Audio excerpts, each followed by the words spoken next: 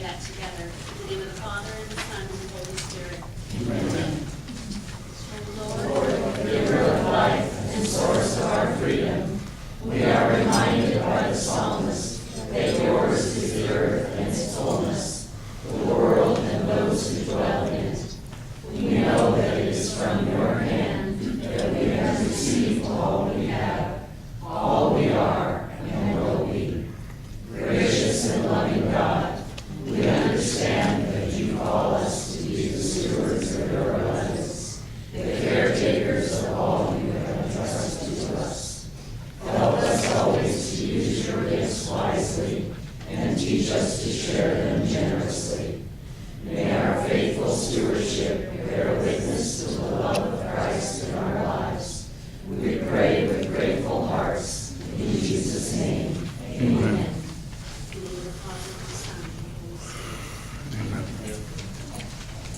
Our speaker this morning is Beth Yeakel, Foundation Services Director for the Foundation of the Diocese of Helena. Beth will share from her valuable experience in assisting parishes with planning for tomorrow through various types of planned gifts, and will explain the benefits of planned gifts for both the donor and the recipient. Together we will learn more about bringing these opportunities to the attention of parishes and benefactors. Welcome. Good morning. Good morning. Well, did you all sleep well last night? I did until about 12:30, and then I got to thinking about all the great speakers we heard yesterday, and how polished they were, and such a great presentation. And then I'm thinking, oh my gosh, I'm way out of my league. So anyway, so I was really glad we had naps this morning. That sort of helps to calm my spirit and my soul. And then, of course, then we see the Catholic Extension video at breakfast, and there's, great features on Montana and the Diocese of Helena. So I'm sitting at the table practically bawling, and I'm thinking, oh my gosh, can we go to Mass again? It's great to be with you this morning. Just to tell you a little bit about me and my journey, I grew up in Virginia. I graduated from the College of William and Mary with an education degree, and I taught in Virginia. And then we moved to Montana in the early 80s, and they weren't hiring any teachers in Helena. They were, in fact, laying them off. And so I tried for a couple of years, doing a little substituting here and there. But then we started our family, and so I just moved on and spent a lot of years raising kids. And I actually volunteered or did some temporary work for the diocese on their annual appeal, opening the mail a few years, and eventually it led to being hired by the foundation half-time as actually the administrative assistant. And then the only director previous to me retired, and the Board of Trustees had faith in me to name me director. And so I've been with the foundation for 6 years and the director for 4. So it's been a fascinating journey, and I love the work that I do, and it's great. I have 3 children. I've married 32 years as of yesterday, and yeah, it sounds like a lot of years, doesn't it? But then we ran into somebody we just talked to, talked about 60 years, so okay. But anyway, so I'd like to just know a little bit about all of you. As I sat in here yesterday, I followed this track just because I wanted, to know what I was following today. And so I'm wondering, do most of you represent parishes? Yeah. Anybody represent a school?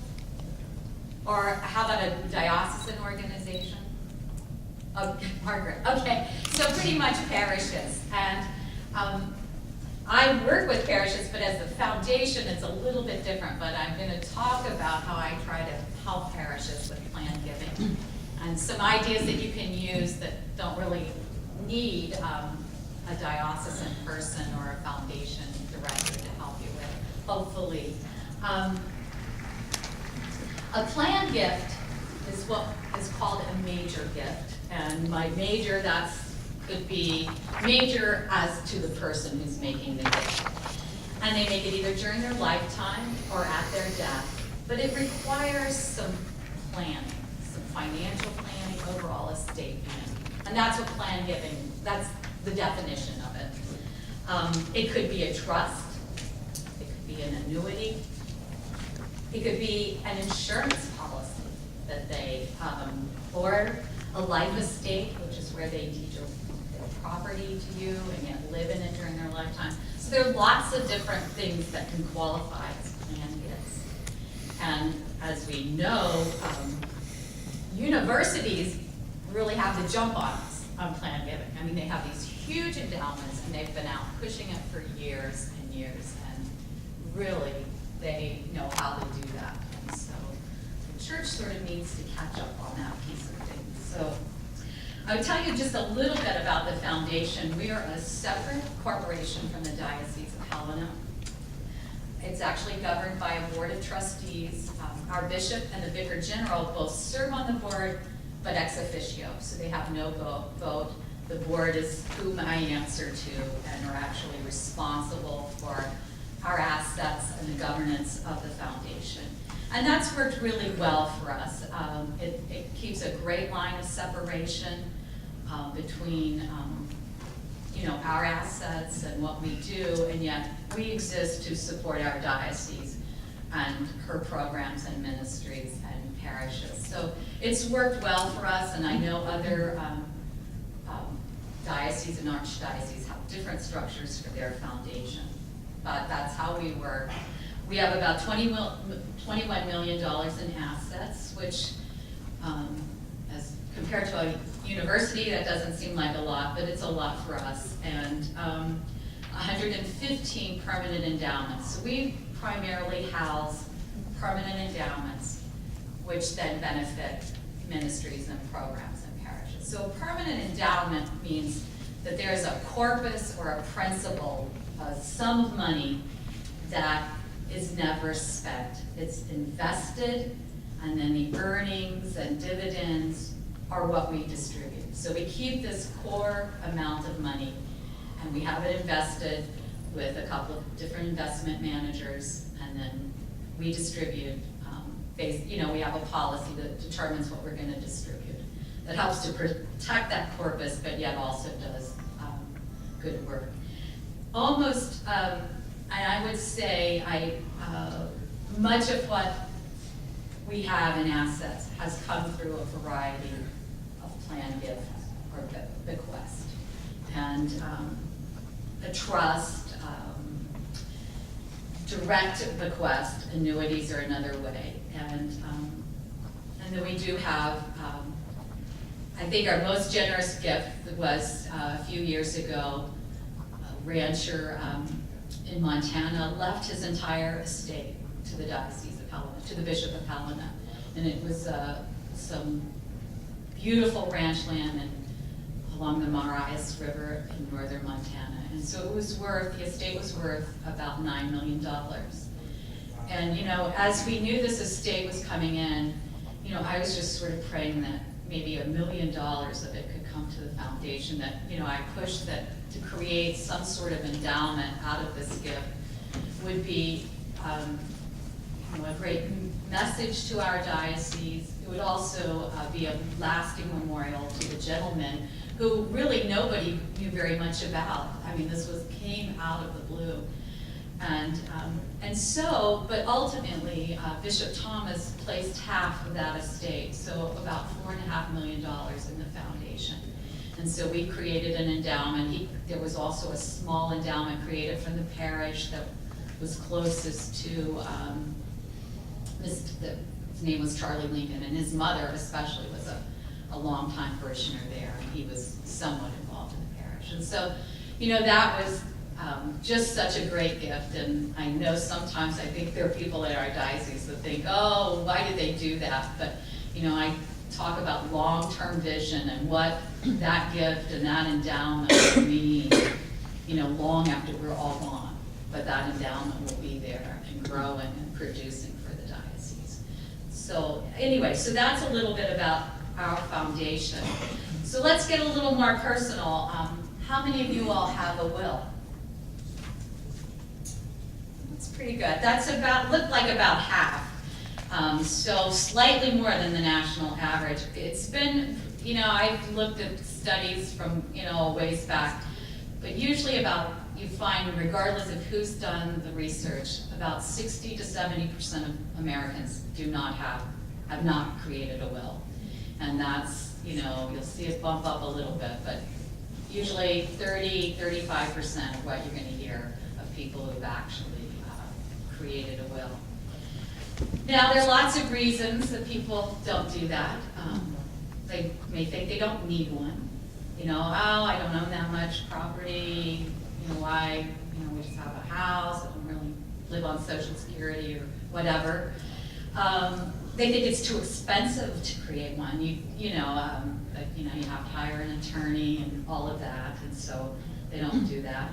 I think some people think it just doesn't matter that somebody will take care of it. Either a child or a spouse or whatever. But I think the primary reason is people just don't like to think about dying. And, that obviously, if you're going to write a will, that's what you're thinking about, is that I'm not going to be here someday. And that makes it difficult, and so people push it off. And so I think I've seen average that often people don't write their first will until they're in their early 70s.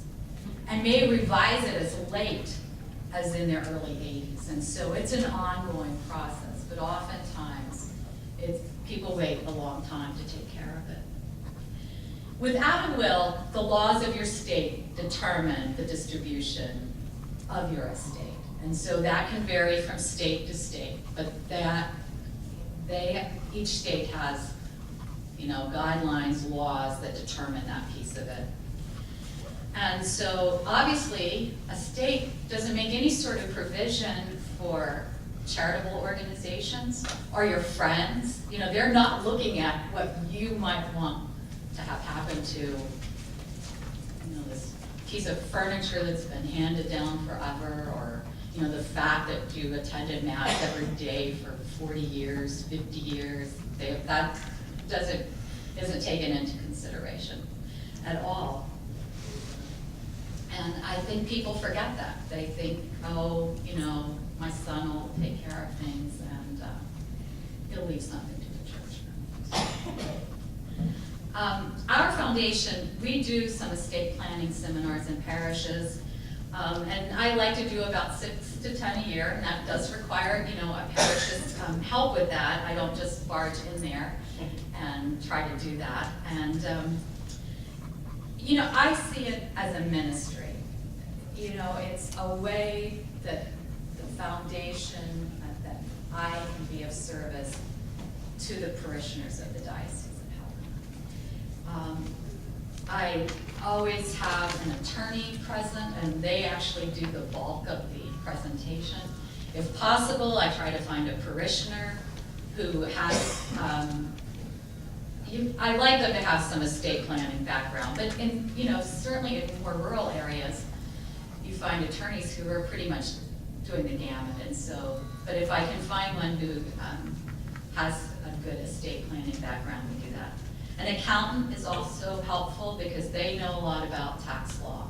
And so they can talk from a perspective of, how you can take care of your affairs, perhaps benefit charitable organizations, and yet also get some benefit in your lifetime with taxes. So that's nice.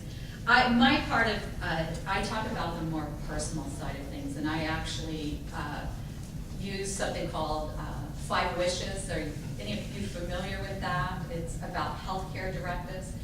And I'll talk a little bit more about that, but I do that, and I've actually created what I call a personal planning guide. And I'll show you that we give those out. I kind of laughed yesterday because I think it was Stephanie talking about, paying for printing and stuff like that. And I didn't pay for printing. We have great copiers at the Diocese of Helena, and so I make these on my own. But they're actually an inventory, and they're a great tool for someone to kind of gather a lot of information before they go see an attorney. You know, there's an asset inventory. There's, you know, a family tree, but just what information do you need to kind of have in front of you before you start, you know, creating a will? And in fact, when we talk about estate or asset inventory, a few years ago in the Diocese of Helena, there was an elderly woman who passed away, and she had married for the second time after her first husband died. And she had created a will. And in that will, and this was when the, I think probably you, anything over $1 million in an estate was taxed by the federal government. And so she had specifically stated in her will that she wanted a parish in Missoula to benefit, to be given whatever it was that would take her estate under that $1 million. And so that was done, and but she had not remembered or told her attorney that her second husband had a trust in which she was named the beneficiary. And when that came to light, her estate bumped way, you know, then it did become taxable, and so as the attorneys were dealing with that, they wanted to give more money to the church. But the second beneficiaries of this trust were this man's son, and it was just a big mess in the end. And the church really didn't want to take more money because they felt like, you know, this was a mistake that was, you know, made by this woman, and you know, and our attorney probably should have asked a few more questions and probed further. But to, you know, to get into the middle of this family thing, and I'm not sure to this day that issue's been resolved, because it's been back and forth in the courts. But you know, so those are the sort of horror stories you hear about, you know, people who've tried to plan and yet haven't taken everything into consideration. So that's part of this asset inventory that I have in this planning guide. But then also another thing, we work on our funeral arrangements. This has a couple of pages where you can state what you'd like to have at your funeral. And you know, that comes too out of a fairly new priest in Helena the other year held an elderly woman who passed away, and I think he was probably with her at her death. And her son lived in Florida, and he just told the funeral home, no services, just have her cremated and ship the ashes to me. So this was a woman who I think was a daily communicant as long as she could be. You know, her pastor was with her when she passed away. And you know, she hadn't left any sort of plans for a funeral. And her son didn't want, you know, probably wasn't practicing Catholic, and it wasn't important to him. And you know, so those are the things that you hear about that, you know, you just want to make sure that you have things well taken care of. So anyway, that tells you a little bit about our seminars, which I was actually going to talk more about later in my presentation. So I'll kind of get back on track here. I'm talking about what parishes can do, and we heard this yesterday. Develop an attitude of gratitude. Be thankful. And I think about, you know, I try to write thank you notes. And it doesn't matter what it's for, whether it's work-related or, you know, a personal thing. But, you know, I just think those mean a lot. And I like getting them, and I hope the people whom I write them to like receiving them. And I think you can, there are lots of things you can be thankful for. And I'm not just talking about, you know, people's financial gifts to a parish. I'm a member of the Cathedral of St. Helena, and I don't get to Mass every day, but I do try to get there, you know, when I can during the week. And Monsignor O'Neill is the Vicar General for the diocese, so that means he serves on my board. And so, you know, I talk to him on the phone about foundation-related stuff. But it means a lot to me when I call him during the work week, and he said it was really nice to see you. You know, that just, you know, to know that he notices, and I think that's a great thing to remember. Thank those people who show up every day or a couple times a week for daily Mass. And, you know, and it's certainly at the cathedral, there are a lot of middle-aged people, but there are a lot of elderly people who come every day, and I just, you know, at 7 a.m. no less, and, you know, we don't have the mildest winters in the world, Helena, and, you know, it's cold, and it's snowy, and it's icy, and they're there, and so I think about thanking people for those sorts of things. And, yes? We had our budgets cut quite a bit, and I asked parishioners to send us all the stuff they get in from, you know, like the Salesians and the Marian people. And so I've got boxes now of rosaries and little coins with angels on them and notes, notepads. And I was able to give all my catechists a notepad with a little note attached saying, please note how much we appreciate your sharing your faith with our children. And just that little thing, they just said, gosh, that was nice to be thanked. And so I'm using, you know, like the little angels. I gave my teachers one for Christmas and said, thanks for being an angel for us and bringing God's good news to our children. And it hasn't cost me anything. You know. Well, I know, not throwing it in the garbage. Actually, in the Helena, you saw Browning, Montana, a little flower parish on the Blackfeet Reservation. I actually collect that stuff when I get it in the mail, and they use it up there, I think, for torsillos and stuff like that. So that, these little old ladies are happy to have a home for this stuff. You know? So almost every day I got a little bag of goodies on my door. yeah, that's great.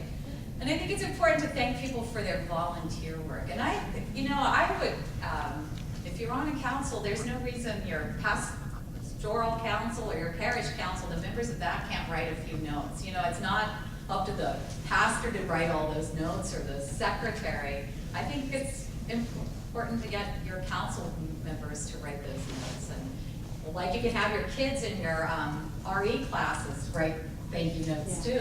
Whoever, I don't know whether they serve cookies and Kool-Aid anymore after RE, but I know Marilyn Twitchell did it for years in Helena. And so those things, and I also think it's important to thank people for their financial gifts. You know, you get your charitable contribution statements and there's a thank you on it, but, you know, to also have an occasionally, you know, and I think especially to your regular offertory donors to say, thank you for your continued and faithful support. That, I think that's all you need to say.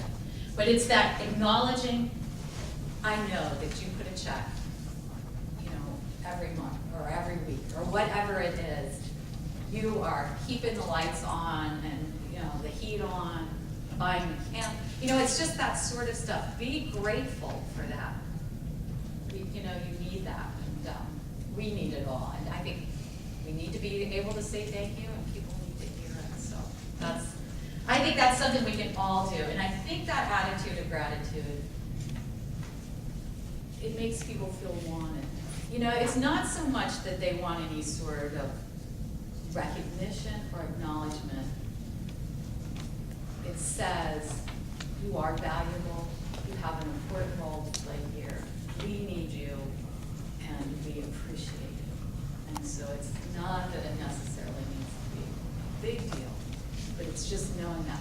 And I think that knowing that people appreciate or are grateful, I think just creates a desire to be more involved, to be more attentive to how you can help out and those sorts of things. And so that is, I think, to say thank you sincerely and to say it often is, you know, just a great way to make your parishioners feel like they are valued and that they're important and they have a role to play. Now, to get more to the mechanics of the plan giving piece, advertising. You all print bulletins every weekend, and so American Magazine says, remember American Magazine in your will. Every week that comes out, and they have at least one ad, if not two. Let's say that. And I'll bet your alumni magazines from wherever you went to college is going to say, remember William and Mary in your will. Remember Harvard University. Remember Boise State. in your will. You know, support that blue turf for long after, but it's going to need to be maintained. So remember Christ the King in your will. Christ the King parish. Remember, and you know, it doesn't have to be a lot. And actually, the little handout I gave are 2 ads that that I make available. It's on our website. Could you pass this back, please? Somebody missed this. And actually, you can go and get these off of our website because there's nothing connecting them to the Foundation for the Diocese of Helena. So our website is fdoh.org. There's a little, it says bulletin inserts, and you click in fdoh.org. Thank you. And there are some that are more specific to parish endowments on there that would have my phone number. And you know, I'd love to create an endowment in our foundation for your parish. It's outside the scope of our purposes. My auditors would catch us on that. But that's, you know, that's just a little thing. And you know, you talk about how many times you have to see something before it makes a connection in your brain. You know, so remember our parish and you will. Another thing that's helpful, and I probably get phone calls, you know, not probably monthly, and more from attorneys, but occasionally from individuals, you know, how to word a bequest to the church. You know, and there's, for example, you know, I don't know about the laws in other states, but Montana has, well, a corporation sole, and that's what the it's the Roman Catholic Bishop of Helena, a Montana corporation sole. So that's the full legal name, and it just works well when we, if that work has been done ahead. And so if it's for a parish, it would be, the gift would be made to the Roman Catholic Bishop of Helena, a Montana corporation sole, for benefit of Christ the King parish. And that doesn't mean that the bishop has any control over that. It's just the legal way it should flow to make it easier. And so, you know, go back to your diocese and say, okay, what's the language that a parishioner needs to use to make a bequest to the parish? And, you know, I also have, you know, a gift foundation for the Diocese of Helena. We're a Montana nonprofit corporation. And it could be for the benefit of a parish.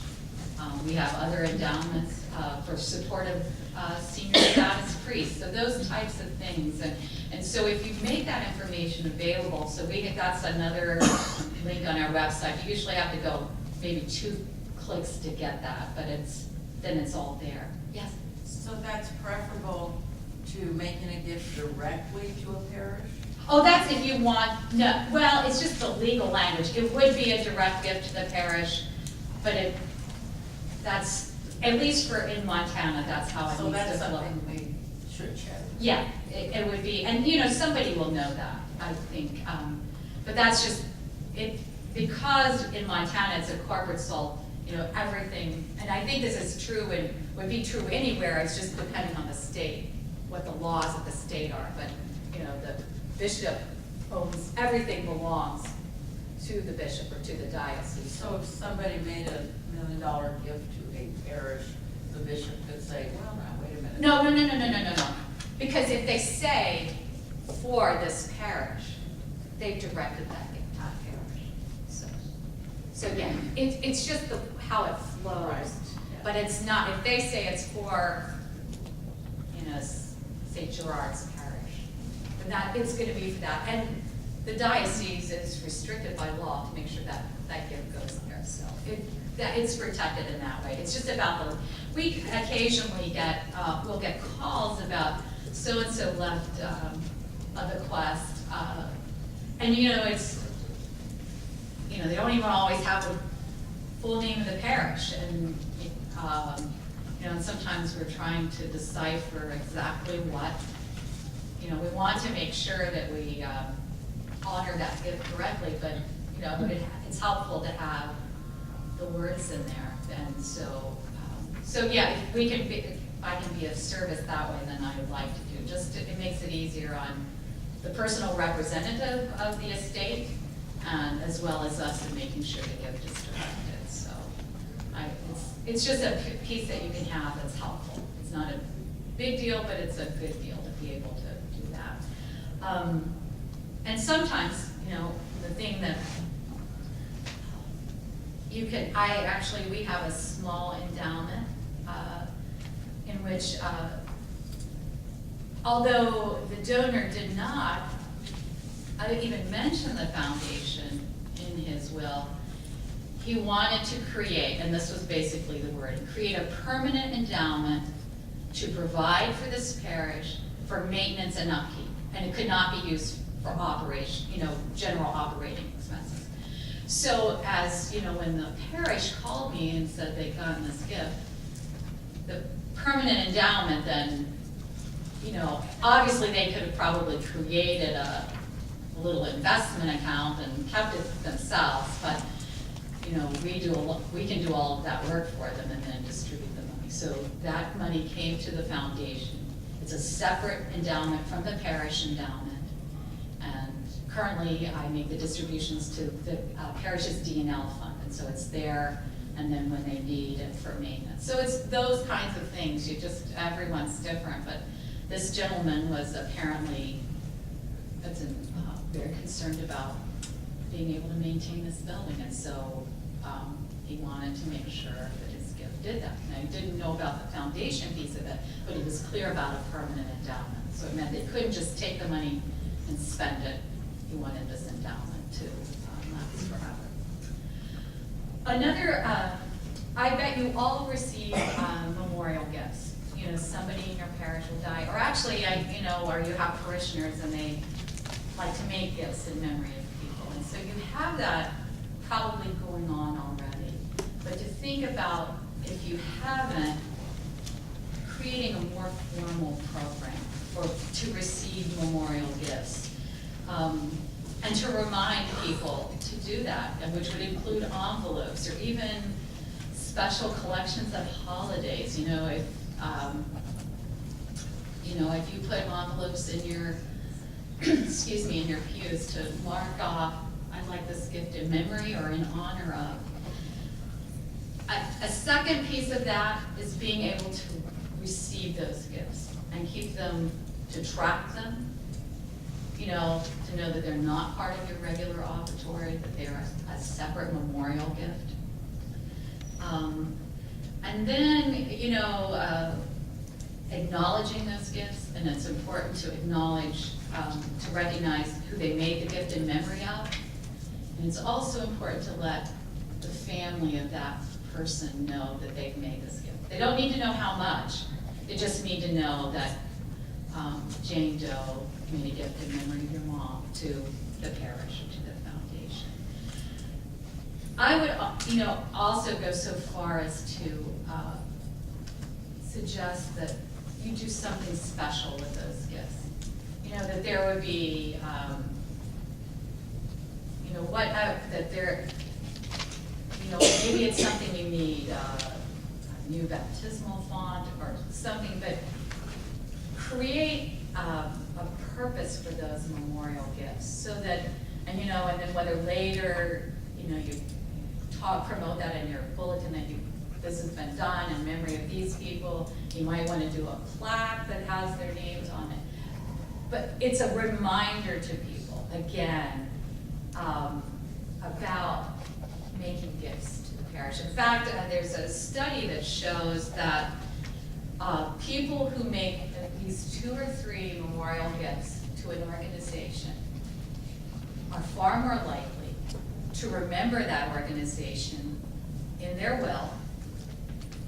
And not only that, they also will probably make a larger gift to that organization. So it's just one more thing that, you know, you may not hear consciously a lot about it, but it's another reminder to people of this is a way we can support our church. You know, I always laugh, and Glenda and I talked about this before. You know, one of our most faithful parishioners in either her parish or mine will pass away, and you go to read the memorials and the obituary, and you know, they've been a St. Cyril's or the cathedral for a zillion years. And they asked that memorial gifts be made to the Humane Society. And there's no mention of their parish, other than the fact that they were a faithful parishioner and served on all these councils. But their memorials are suggested to, you know. And that always, I don't know, I think, oh, I missed that opportunity. but that's another, think about, so they're thinking, you know, and maybe that's even the family, when they come in to plan the funeral, they'll see, oh, these memorial gifts. Well, as we're writing my mom's obituary, perhaps she loved this parish. Well, you know, and that's a part of my little personal planning guide. Who would you like memorial gifts to be made to? So just don't ever lose any opportunities there. So I think that's an easy way that a parish can also work on planned giving. Now, the estate planning seminars. So I know that the Archdiocese of Seattle does those because Joanne Strom, who's at least at one time when I started at the foundation, was director of planned giving for the Archdiocese of Seattle. And so, you know, no reason in being super original. Joanne said, take what you need from my stuff. So a lot of my, the planning for my seminars came from Joanne's stuff. So does anyone here, any other diocese or offer estate planning seminars in parishes? No? Okay. Well, there you go, a new program.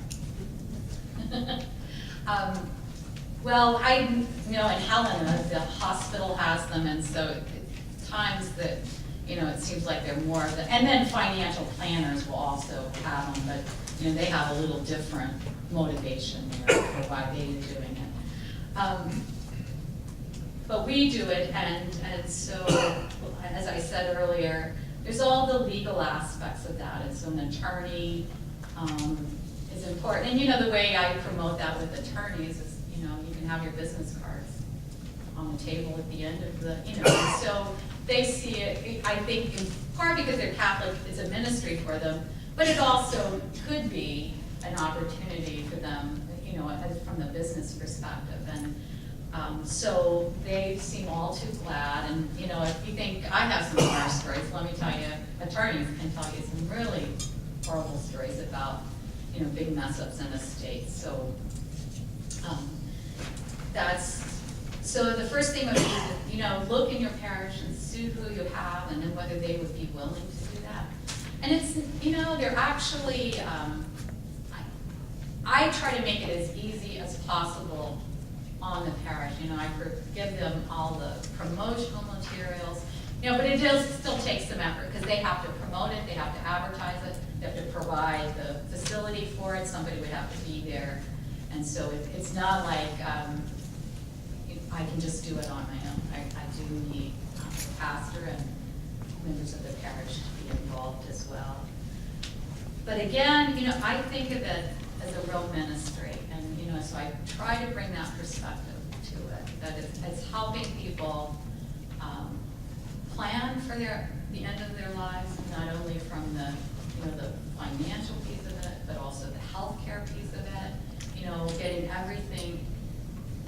And I think it's overwhelming for people to sit there, to think about these things. You know, I hear it when we're in seminars, you know, people, and they yet seem very grateful for at least having it brought to them.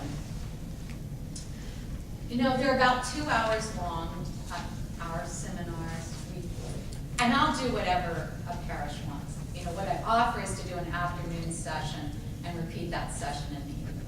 But you know, that may not work. In fact, the last one I did on a Sunday right after Mass. And so there was breakfast there, we did this seminar, and then people were probably home by 1 in the afternoon. And so that's what worked best for that parish. It was a rural parish, and so that's what I do. I try to make it to be as helpful as possible.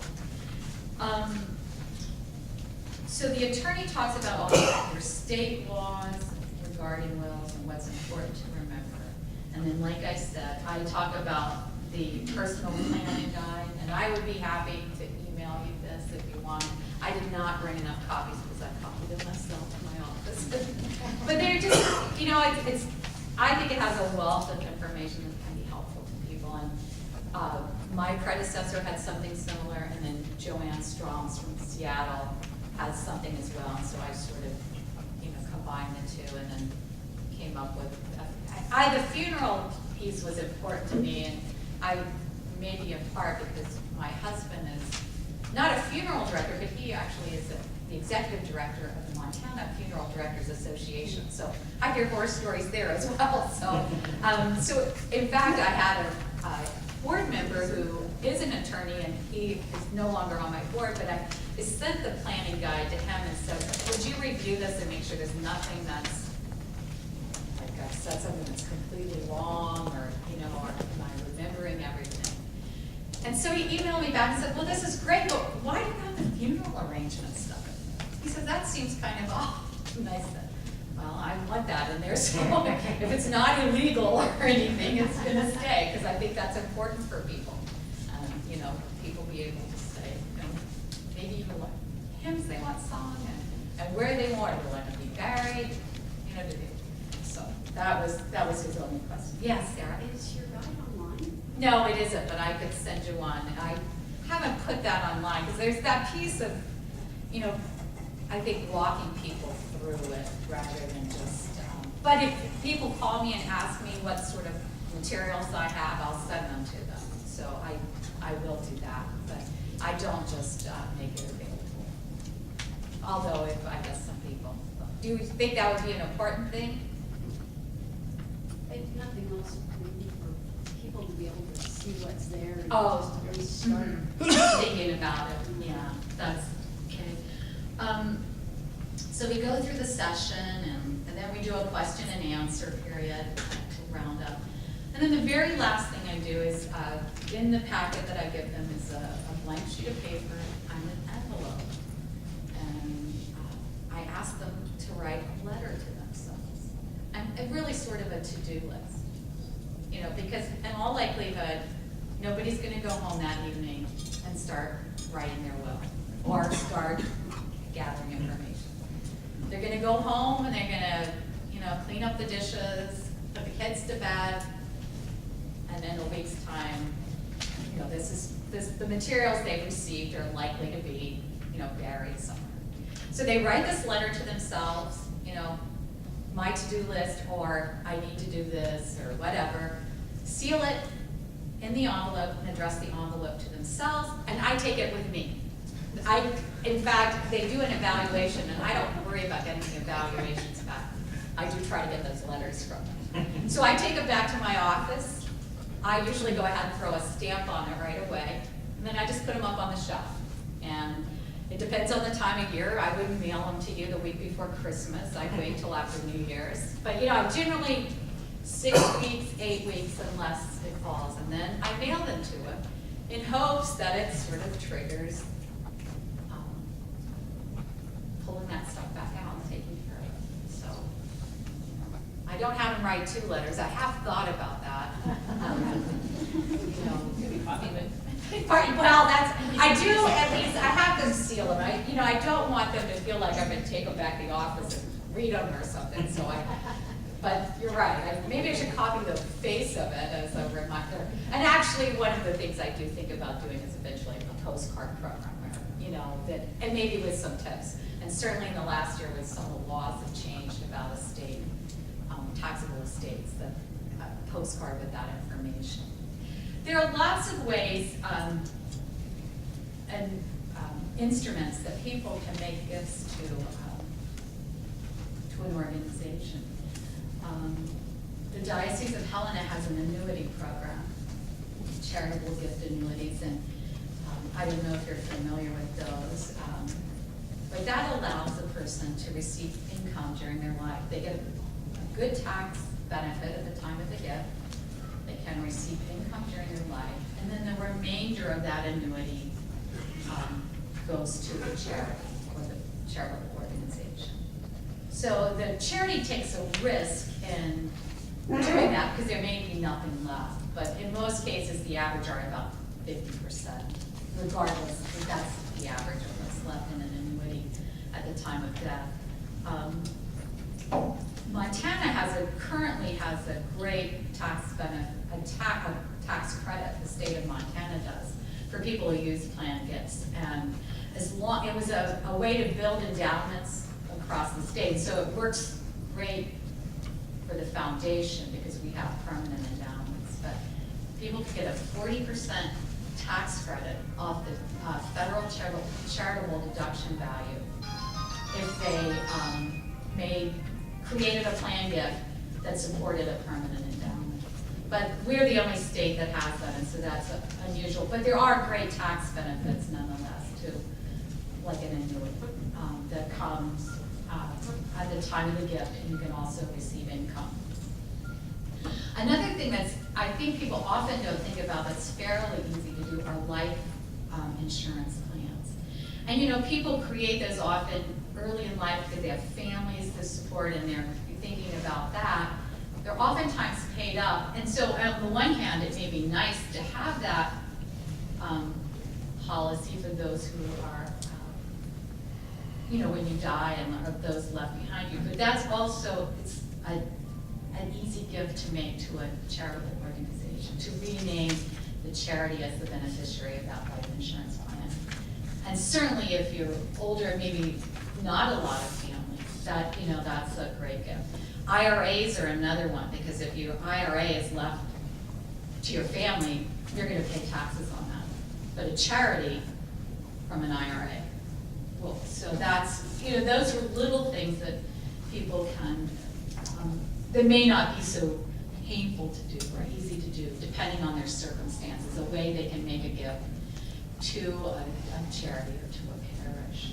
I'm trying to, let's see, we have actually trust or another way that people create a trust in which maybe even they receive income from, maybe another generation, and then yet ultimately, in fact, we had a rancher, a woman rancher, and she's probably been dead for 20 years. And all of this trust will eventually come to the foundation. But in the interim, she had a number of she had no children, but she had a couple of caregivers. And so they are being supported during their lifetime from this trust. But eventually it comes to us, and she named a couple of parishes, received a public high school actually, but received some benefit from that trust. And so there are those types of things, and you know, there are all kinds of trust. You know, there are ones that generation skipping trust, or trust where, you know, you can receive an income from now, and it can be, or a charity can receive income now. So for example, you know, you have grandchildren and you can support them now, you know, or whatever, but you want to take care of them later, so you can create a trust in which the charity, for a certain period of time, will receive payments, and at the end of that 20 or 30 years, the remainder goes to those people that you name. So I think there are, you know, for everyone, individual situation, there's probably a trust that can be created for it. And that's what you use the attorneys for. You know, I can sort of suggest the types of trust, but I don't go very far down that road because it is, and you would need an attorney to create a trust. So I don't know how we're doing on time. Looks like we have 10 minutes left. I would love to answer questions, and so I would like to, if you had some questions about stuff, or if there's something that you thought I was going to say today, and I haven't even touched on it, I'll give it a shot. So, when you talk about advertising, I'm going to have to speak from the standpoint of evangelization. Okay. We advertise bulletins, newsletters, websites, about every method we can. Our best means of evangelization is sitting down with somebody and talking.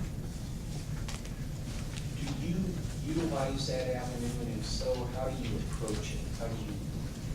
I mean, it's honestly, from my standpoint, it's pretty easy to grab somebody after Mass and say, "Are you coming to the retreat?"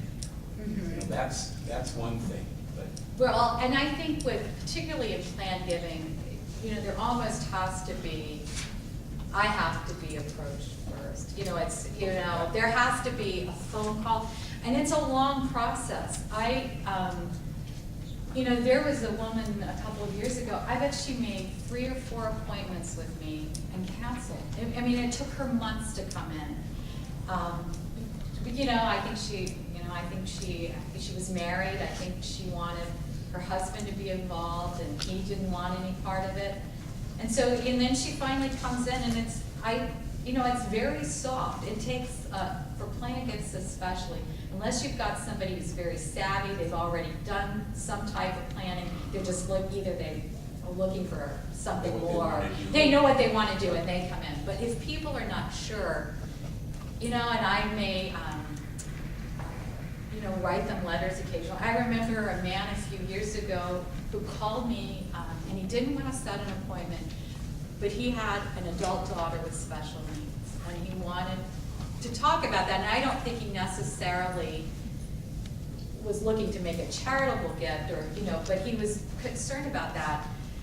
He never came down, you know, and so, and I, in the interim, I knew that he needed an attorney, and he lived out in very rural part of west, you know, we call it Conrad Deanery, so I don't know what is that, but it's very rural, plains, and, you know, there were probably attorneys in those small towns, but I knew that he needed, and so I continued to do a little research. I would ask people, I have a board member who has a granddaughter with special needs, and I know Teresa has set up a trust or whatever to take care of that granddaughter. So I said, who was the attorney that helped with that? So I gathered those names, and I've written this man a couple times and said, you know, how are you doing? Have you been able to work things out? You know, I've got some names of attorneys. You know, I don't hear from him, but you know, that doesn't mean that I won't not hear from him next year. You know, people will just, you know, my predecessor worked for a man for 15 years who wanted to leave this ranch to the diocese.